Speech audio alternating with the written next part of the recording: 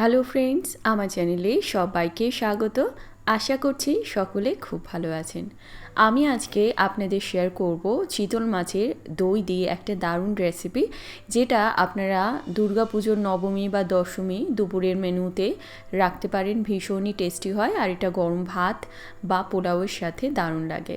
তো সবার প্রথমে দেখুন, চিতল মাছের আমি গাদার দিকের অংশটা এরকম স্কিন সহই কিনে নিয়ে এসেছি। বাড়িতে এই চিতল মাছের যদি আপনারা মাংসটা বার করেন তাহলে খুব ভালো হয়, কেননা দোকান থেকে ওরা অতটা পরিষ্কার করে করে না, কেননা ওটা তো আর ধোয়া যায় না। সেই জন্য আমি আজকে দেখিয়ে দিচ্ছি যে আপনারা কিভাবে এটা বাড়িতে এনে ইজিলি এর থেকে মাংসটা বার করে নিতে পারেন। তো সবার প্রথমে কি করব, একটা ছুরি দিয়ে, শার্প কোনো নাইফ দিয়ে এর সাইডের অংশটাকে এরকম করে কেটে নেব। তাহলে এটা কি একটু বড় হয়ে যাবে আর এর ভেতরের মাংসটাও আমি নিতে পারবো। দুদিকের কাটা বাদ দিয়ে দুদিকে আমি এরকমভাবে একটা চেরা লাগিয়ে নিচ্ছি। দেখুন, এবারে একটা যে কোনো টিস্পুন বা টেবিল স্পুন দিয়ে এটাকে, এই অংশটাকে আমি এরকমভাবে টেনে টেনে নেব। যেই দিকে কাটা আছে সেই দিক থেকে আপনাদের এটাকে টানতে হবে। দেখুন, আমি দেখিয়ে দিচ্ছি। একটা এরকম স্পুন দিয়ে এরকমভাবে টানবেন, দেখবেন খুব সহজে চামচের মধ্যে এই মাংসটা উঠে আসছে। খুবই সহজ, আপনারা সকলেই এটা করে নিতে পারবেন। দেখুন, এইভাবে আমি সমস্ত এই মাছ থেকে মাংসটা বার করে নেব। তো এই মাছটা যেহেতু এর মাংসটা বার করে এটাকে আর ধোয়া যায় না, সেই জন্য বাড়িতে এনে করলে আমার মনে হয় খুব ভালো হয়। এবারে এর থেকে এরকম করে করে করব, দেখবেন খুব সহজে এই মাংসটা বেরিয়ে আসছে। দেখুন, যেই দিকে কাটা থাকবে সেই দিক ধরে এরকম করে টানতে হবে। উল্টো দিকে টানলে কিন্তু কাটাটা বেশি চলে আসবে, তাহলে আপনাদের অসুবিধা হবে, মানে আবার কাটা বাছতে অনেক সময় লাগবে। সেই জন্য যেই দিকে কাটা আছে সেই দিক ধরেই এটাকে টানতে হবে। দেখুন আমি কিভাবে করছি। তো যেই পরের যে লেয়ারটা রয়েছে তার মধ্যে একটু চেরা লাগিয়ে নেবেন, তাহলে ভেতরের আপনার মাংসটাও বার করে নিতে পারবেন। চিতল মাছ খুবই সুস্বাদু মাছ, আর এই চিতল মাছের এই মুইঠা আমি তার আগেও আপনাদেরকে দেখিয়েছি, সেটা একটু অন্যরকমভাবে। আজকে যেটা আমি করে দেখাবো সেটা একটু স্পাইসিভাবে আমি বানাবো, যেটা আপনারা যে কোনো স্পেশাল ওকেশনে হোক আপনারা বা এমনি উইকেন্ডে বানিয়ে খাওয়াতে পারেন। সামনে দুর্গাপুজো আসছে আর কয়েকদিনই বাকি, সেই সময় আপনারা নবমী বা দশমীতে বাড়িতে গেস্ট এলে তাদেরকে বানিয়ে খাওয়াতে পারেন। দেখুন, পুরো মাংসটা সুন্দরভাবে বেরিয়ে এসছে। দেখুন, এইভাবে করবেন, খুব সহজে আপনারা এর থেকে মাংস বার করে নিতে পারবেন। এবারে এর মধ্যে যে কয়েকটা কাটা কিছু কিছু চলে এসছে সেগুলোকে একটু দেখে নিতে হবে, তাহলে খাওয়ার সময় মুখে পড়বে না। তো এখানে দেখুন, আমি আলু সেদ্ধ করে এটাকে ভালো করে ম্যাশ করে রেখেছি, একদম মিহি করে। এটা অবশ্যই দিতে হবে, কিন্তু এর মধ্যে লাগবে রসুন বাটা, আদা বাটা রেখেছি এখানে, আর লাগবে গোলমরিচের গুঁড়ো।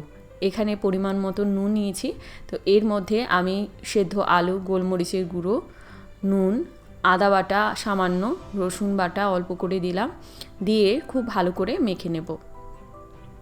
যদি আপনার আলু সেদ্ধ এর মধ্যে না দেন সেক্ষেত্রে না এই মুইঠাগুলো অনেক বেশি রাবার রাবার হয়, নরম হয় না, খেতে ভালো লাগে না। সেই জন্য সেদ্ধ আলু অবশ্যই দিতে হবে।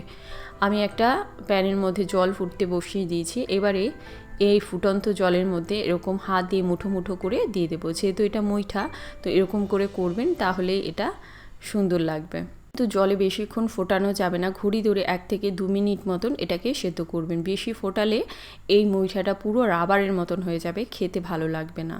তো এবারে আমি গ্যাসটা অফ করে এই জলটাকে আলাদা করে নেব, ফেলবো না, আর এই মুইঠাগুলোকেও আলাদা করে নিয়েছি। দেখুন, আর যে যে উপকরণ লাগবে, দেখুন আলু রেখেছি, পেঁয়াজ কুচি রেখেছি, এখানে রয়েছে পেঁয়াজ বাটা, আর লাগবে এখানে টক দই ভালো করে মিক্সিতে আমি ফেটিয়ে নিয়েছি, আর এইখানটায় রয়েছে চিনি, লাগবে কাশ্মীরি লঙ্কার গুঁড়ো, তাহলে সুন্দর একটা কালার আসবে, নুন লাগবে, ধনের গুঁড়ো রয়েছে, রসুন বাটা নিয়েছি, আদা বাটা লাগবে পরিমাণ মতন, ধনের গুঁড়ো তো দেখিয়েছি, আর লঙ্কার গুঁড়ো লাগবে, জিরের গুঁড়ো রয়েছে, আর এখানটায় রয়েছে হলুদের গুঁড়ো, আর গোটা গরম মশলা আর শুকনো লঙ্কা রয়েছে, আর এখানটায় রেখেছি আমি স্টকটা। তো এইখানে মুইঠাগুলোকে আমি মাঝখান দিয়ে কাট করে নেব, এটা অপশনাল, চাইলে আপনারা গোটাও রাখতে পারেন। আর এই গরম মশলার গুঁড়ো যেটা আমি দেখাইনি সেটা রয়েছে কিন্তু দেখানো হয়নি। তো সবার প্রথমে কি করব, কড়ার মধ্যে বেশ খানিকটা সর্ষের তেল গরম করে নেব। এই রান্নাটা আমি সর্ষের তেলেই করি, তো আপনারাও আমি মনে করি সর্ষের তেলেই করলে ভালো আসবে টেস্ট। তো সবার প্রথমে পেঁয়াজগুলোকে দিয়ে এই পেঁয়াজগুলো একদম লাল লাল করে বেরেস্তা করে নিতে হবে।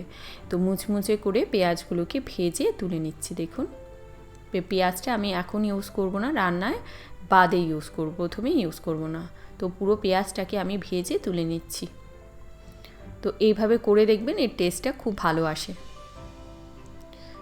এবারে আমি এই তেলের মধ্যে আলু দিয়ে দিচ্ছি, দিয়ে একটু নুন আর দিয়ে দেব হলুদের গুঁড়ো। আপনারা চাইলে আলুটা নাও দিতে পারেন, একটু দিলেও ভালো লাগে, তো সেটা অপশনাল, চাইলে দিতে পারেন নইলে স্কিপ করতে পারেন। তো আলুগুলো একটু নুন হলুদ দিয়ে লাল করে ভেজে নিলাম। এবার এর মধ্যে এই চিতল মাছের মুইঠাগুলোকে দিয়ে জাস্ট আমি 1 মিনিট মতন ভেজে নেব। বেশি লাল করলে কিন্তু পুরো রাবার হয়ে যাবে, যেরকম চিংড়ি মাছ আমরা বেশি রান্না করলে রাবারের মতন হয়ে যায়, ঠিক ওরকম এই মাছটা বেশি ভাজা যাবে না।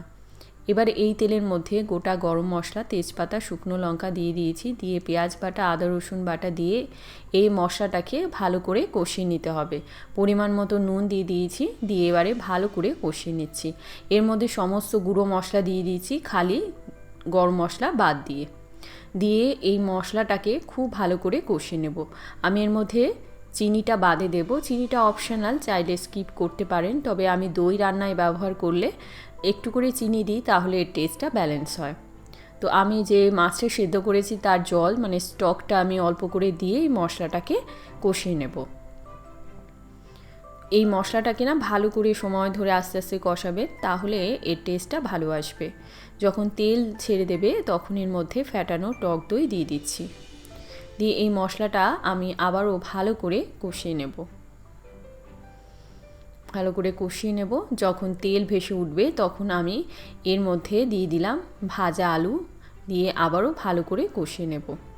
এবার এর মধ্যে সেই ভাজা চিতল মাছগুলোকে দিয়ে দিচ্ছি, দিয়ে খুব ভালো করে আমি মিশিয়ে নেব। তো এটা খুবই সুস্বাদু একটা পদ, তো আপনারা যে কোনো স্পেশাল দিনে মেনুতে কিন্তু এটা রাখতেই পারেন। তো আপনারা দেখেই বুঝতে পারছেন যে এটা কতটা টেস্টি হবে। তো আপনারা যেরকম ঝোল বুঝে দেবেন কতটা ঝোল রাখতে চান। আমি ওই স্টকটা দিয়ে আরও একটু জল দিয়েছি, কেননা আলুগুলো একটু সেদ্ধ হবে, একটু চাপা দিয়ে রাখলাম। দেখুন এটা প্রায় রেডি হয়ে গেছে।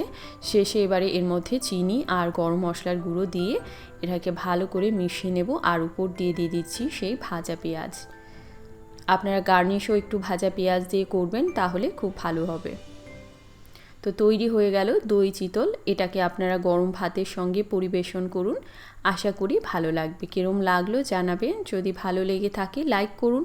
এরকম রেসিপি পেতে চ্যানেলটিকে সাবস্ক্রাইব করে রাখুন। ভালো খান, সুস্থ থাকুন, আবারও আসবো নতুন কোনো রেসিপি নিয়ে।